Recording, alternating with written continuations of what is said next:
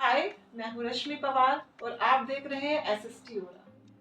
Economics का जो chapter आप पढ़ रहे थे, the story of village Palanpur, उसका पार्ट 1 आप देख चुके हैं। अब यहाँ पर आप देखने वाले हैं पार्ट 2। तो एसएसटी अगर आपको भी ऐसा लगता है कि सिर्फ रटने के लिए होती है, तो ऐसा नहीं है। यहाँ आप इसको समझेंगे और जीना भी सीखेंगे। तो अब इस वीडियो में आप देखने वाले हैं पार्ट 2, जिसमें कि मैंने एक क्विज भी डाला हुआ है। और वो आपको कहाँ मिलेगा, यानी कि आपको वीडियो के एंड में ये मिलेगा और वीडियो के एंड तक आपको ये देखना ही है। तो बने रहिएगा। चलिए शुरू करते हैं। Green revolution. What is green revolution? ये एक ऐसा एग्रीकल्चर रेवोल्यूशन था जो कि 1960 में लॉन्च किया गया था। इसने एग्रीकल्चर को एकदम मॉडर्न सा बना दिया है। क्या है इसके अंदर? इसमें क्या है, HYV सीड्स इंट्रोड्यूस हुए, जो कि ट्रेडिशनल सीड्स को रिप्लेस करके यूज किए जाने लगे 1965 से। इनमें क्या फीचर होती है इनकी कि ये जो ट्रेडिशनल क्रॉप्स थे उससे ज्यादा फसल देते हैं। और इसमें क्या है कि मशीनरी यूज होने लगी, लाइक ट्रैक्टर यूज होने लगे। इरिगेशन टेक्निक्स चेंज हो गई। पहले जो था वो ट्रेडिशनल तरीके से पर्शियन व्हील के थ्रू वाटर लिया जाता था इरिगेशन के लिए, और अब ट्यूबवेल्स आ गई इलेक्ट्रिसिटी के चलते। और केमिकल फर्टिलाइजर्स एंड पेस्टिसाइड्स का यूज होने लगा, ताकि जो सॉइल फर्टिलिटी है वो अच्छी हो जाए और पेस्ट से भी कंट्रोल रहे, पेस्ट कंट्रोल भी रहे, ताकि जो यील्ड है, जो क्रॉप है, जो फसल है, वो बहुत अच्छे से आए किसान के पास। तो डिस्ट्रीब्यूशन ऑफ लैंड की बात करें, यानी कि जो लैंड डिस्ट्रीब्यूशन है पालमपुर में, ये यूनिफॉर्मिटी नहीं है कि सबके पास इक्वल लैंड हो। तो जमीन तो सबके पास इक्वल होती नहीं है। आपके विलेज में भी यही होता होगा, या आप जिस भी विलेज को जानते होंगे वहां भी यही होता होगा। तो ये जो जमीन है, ये जो पालमपुर में जमीन है, इसको कैसे मैनेज किया जाए कि हर किसी के पास लैंड हो, हर किसी के पास ऐसा हो कि वो अपना खेती बाड़ी कर सके। तो इसके लिए क्या कर सकते हैं? अगर आपको ऐसा लगता है कि सबके पास लैंड होती है, सबके पास लैंड होती है, इक्वल होती है, तो तुम ये वीडियो से समझ जाओगे इस चीज को कि ऐसा नहीं होता। लैंड डिस्ट्रीब्यूशन कैसे, मतलब सबको बराबर कैसे मिलेगी लैंड?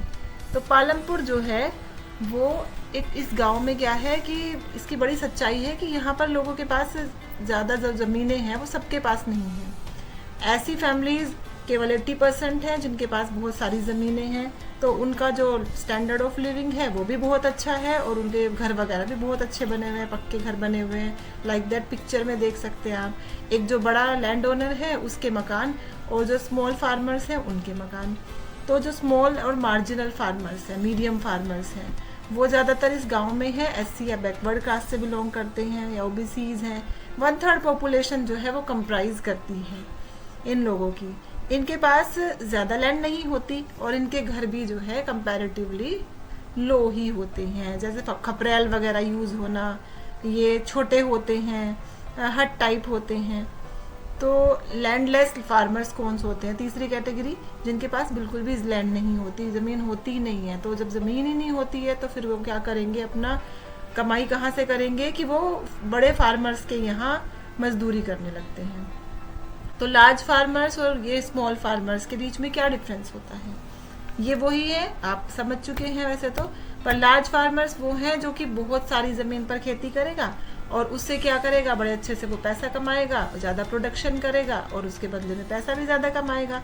मनी अर्न ज़्यादा करेगा तो इन्वेस्टमेंट भी कर पाएगा। इन्वेस्टमेंट किस में? कैपिटल में, वर्किंग कैपिटल और जो फिक्स्ड कैपिटल है, जैसे कि उसको सीड्स लेने हैं, फर्टिलाइजर्स है, या मशीनरी है लाइक ट्रैक्टर है। और ये लोग क्या है कि अपनी जो फसल बेचेंगे उसके बाद और लैंड भी ले सकते हैं। स्मॉल फार्मर्स का सीन क्या है कि उनको स्ट्रगल बहुत ज़्यादा करना पड़ता है, क्योंकि ज़मीन कम है उनके पास, तो प्रोडक्शन कम हुई तो पैसा कम है। अब ज़्यादातर लोग क्या करते हैं कि वो जो स्मॉल फार्मर्स हैं उनकी ज़मीनों में जो वो उगाते हैं उससे उनकी फैमिली का ही काम चल पाता है। तो वो लोग ज़्यादा बेच नहीं पाते, अपने जो है नहीं ज़्यादा पैसा कमा पाते मार्केट से। तो अगली बार जब उन्हें खेती करनी है तो फिर जो उन्हें फर्टिलाइजर्स वगैरह चाहिए, सीड्स चाहिए, HYV या मशीनरी चाहिए, उसमें उनको क्या करना पड़ता है, अफोर्डेबिलिटी रहती नहीं है, तो उनको लोन लेना पड़ जाता है। अब ये प्रॉब्लम जो है स्मॉल फार्मर्स की, उसका सोल्यूशन क्या है? वो स्मॉल फार्मर्स हैं इसलिए उनके पास लैंड कम है, तो लैंड रिफॉर्म की ज़रूरत है। लैंड जो है उसमें रिफॉर्मेंट की ज़रूरत है कि यहाँ पर किस तरह से जो फार्मर्स हैं उनको बराबर बराबर ज़मीन मिले। क्या किया जाए? इसके लिए क्या होना चाहिए कि लैंड रिफॉर्म्स में सीलिंग ऑन लैंड ओनरशिप, मतलब जो है वहाँ पर गांव में रहने वाले लोग, उनका ये रूल हो कि हर एक के पास एक लिमिट तक लैंड हो, लैंड डिस्ट्रीब्यूट की जाए, जिनके पास ज़्यादा ज़मीनें हैं उनको उनकी लैंड जो है गरीब फैमिलीज़ को बांटी जाए उनसे लेकर के, और जो लोन लेना पड़ता है उसके लिए फैसिलिटीज़ जो है वो एनहांस हो और ज़्यादा बेटर हो। तो जो स्मॉल फार्मर्स है उनके लिए लो इंटरेस्ट लोन हो, या फिर ऐसे हो जिन पे उनको ब्याज वगैरह ना देना पड़े, ताकि वो क्या कर सके कि अपना फार्मिंग को और ज़्यादा इम्प्रूव कर सके।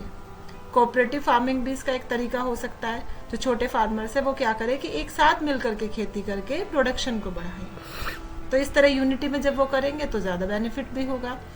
अब लेबर की क्या कंडीशन है, पालमपुर में किस तरह का लेबर है, वहाँ पर जो है 2 तरह का लेबर है।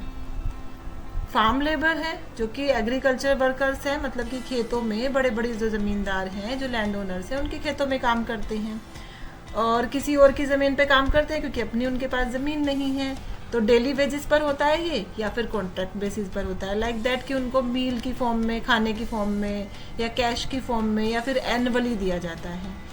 तो इससे क्या है कि ज़्यादा तरीके से काम करने के लिए भी उनको हायर किया जाता है। जैसे कि खेत में जब कोई ऐसा काम होता है जब बहुत ज़्यादा मैनुअल लेबर की ज़रूरत होती है, बीज बोना वगैरह, तो उस टाइम पर। इसके अलावा दूसरे टाइप के जो लेबर्स हैं वो है नॉन फार्मिंग लेबर, जो फार्म्स पे वर्क नहीं करते, दूसरी किसी और एक्टिविटीज़ में इन्वॉल्व रहते हैं। तो जैसे कि कौन सी एक्टिविटीज़ हो गई, जैसे गाँव में छोटी छोटी शॉप्स हो गई हैं, या फिर छोटी फैक्ट्रीज़ हैं, वहाँ पर कॉटेज इंडस्ट्री है, ट्रांसपोर्ट फैसिलिटी है, या डेयरी फार्मिंग जो हो रही है, उनमें वो बिजी हो जाते हैं, वहाँ से वो अपना पैसा कमाते हैं। तो यहाँ क्या है सिचुएशन कि यहाँ थोड़ा बेटर होता है उनका काम भी, जो वर्किंग सिचुएशंस होती हैं वो भी, और पैसा भी उनको थोड़ा बेटर मिल जाता है। वेजेस, अब जो वेजेस मिलती हैं मतलब किसको कितना मिल जाता है पैसा, तो जो बड़े फार्मर्स हैं वो अपने यहाँ हायर करते हैं उन्हें, जो ये होते हैं फार्मर्स इनको हायर करते हैं लेबर्स को। तो बड़े फार्मर्स क्या करते हैं कि बहुत ज़्यादा हैं उनके पास, वो लोग इजीली अवेलेबल हैं, तो उसके चलते वो क्या करते हैं मज़दूरों को कम पैसा देते हैं, क्योंकि डिमांड और सप्लाई पर डिपेंड करता है। तो जो बहुत सारे लेबर्स हैं तो उस चक्कर में जो है पैसा कम दिया जाता है। तो ये जो मज़दूर हैं ये बेचारे गरीबी में ही पिसते रहते हैं, उससे बाहर ही नहीं आ पाते। तो एम्प्लॉयमेंट की सिक्योरिटी के लिए क्या सोल्यूशन है कि लेबर्स को उनके राइट्स मिले। अगर उनकी लाइफ बेटर हो तो उसके लिए क्या ज़रूरी होना चाहिए, एक तो ये हो कि उनकी जो उनकी जो वेजेस हैं उसके लिए कुछ मिनिमम वेजेस सेट करने के लो बनाए जाएं, यानी कि सबको जो है एक सही सी ठीक ठाक सी सैलरी मिल जाए। जॉब सिक्योरिटी होनी चाहिए हर एक के लिए।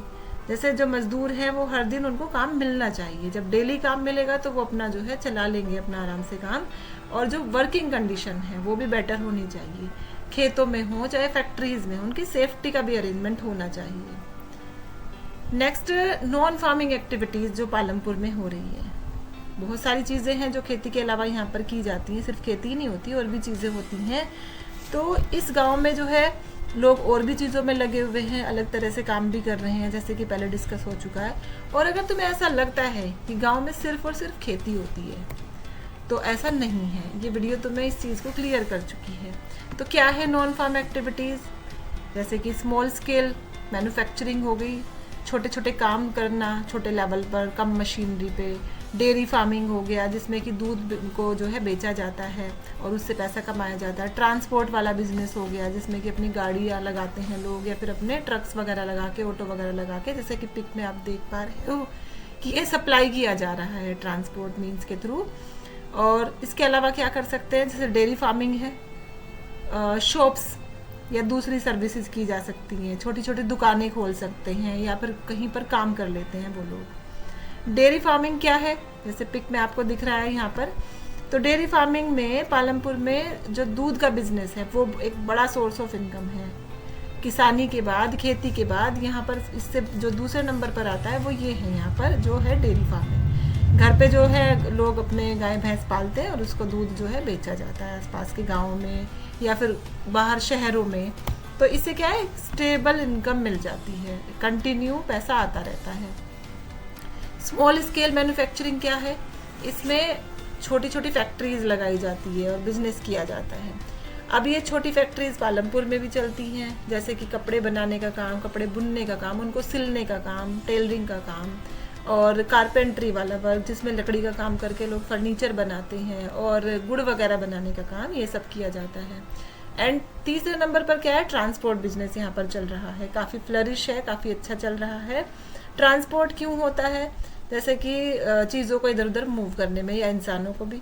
इसमें ऑटो रिक्शा, जीप, ट्रक वगैरह चलाते हैं लोग, और गांव से शहर में लोग आते जाते रहते हैं और सामान की सप्लाई होती है।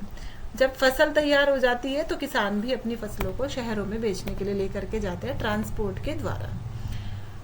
तो शॉप्स या दूसरी चीज़ें भी करते हैं पालमपुर में। नॉन फार्मिंग एक्टिविटीज़ की बात करें तो लोग जो हैं जनरल स्टोर टाइप, या फिर कारपेंटर वाली, या टेलरिंग की, या बार्बर की, या फिर कैफ़े वगैरह जो हो जाते हैं, ये कोचिंग सेंटर्स जैसे होते हैं, उस टाइप के काम भी यहाँ पर करते हैं, ये भी चलाते हैं।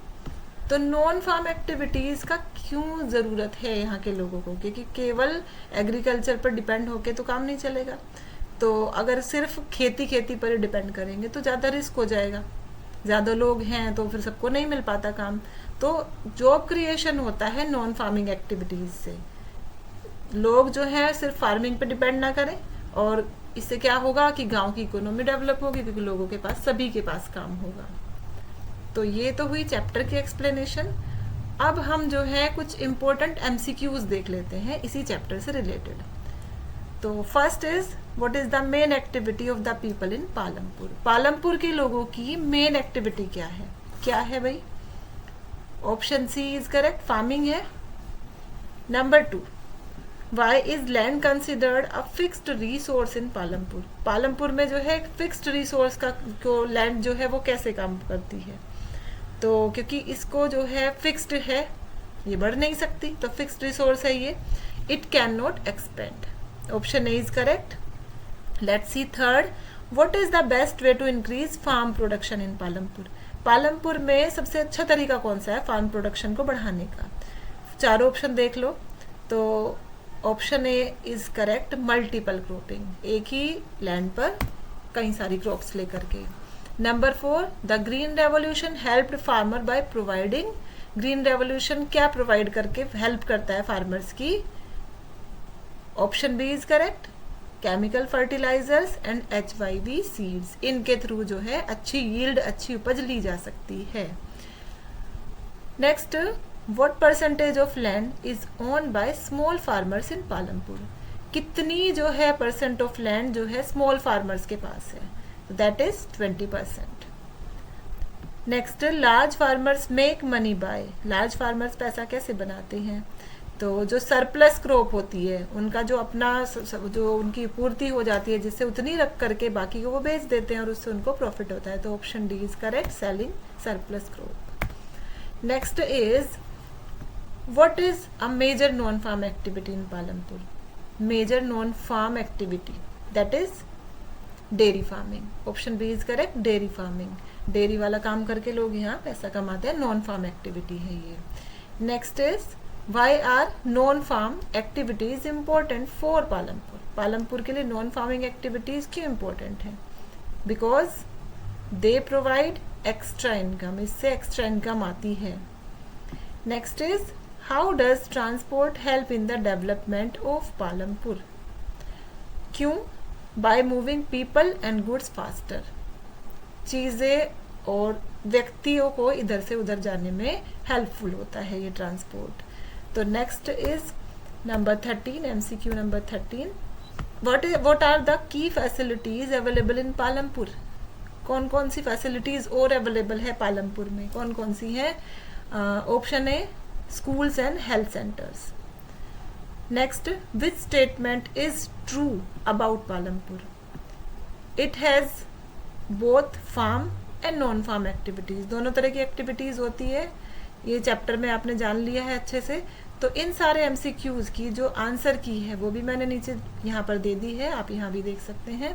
और इसी तरह की और क्विज़ेज़ के लिए अगर आप चाहते हैं और ज़्यादा क्विज़ेज़ आपको मिले तो कमेंट में यस लिखें, और इस चैनल को लाइक, शेयर एंड सब्सक्राइब करना ना भूलें। Thank you all. तो स्टूडेंट्स, ये थी विलेज पालमपुर की कहानी। ये तो बस शुरुआत है। अगर आप आगे और भी एसएसटी के अलग अलग चैप्टर्स को ज़्यादा अच्छे से विद एग्जाम्पल, क्लैरिटी और पूरे अच्छे पर्सपेक्टिव से पढ़ना चाहते हैं तो बने रहिए चैनल के साथ और सब्सक्राइब करना ना भूलें। अपने दोस्तों के साथ इसको शेयर करें और हाँ, इस वीडियो में जो भी आपको अच्छा लगा हो उसको कमेंट करके बताएं ज़रूर। तो बने रहिएगा। Thank you.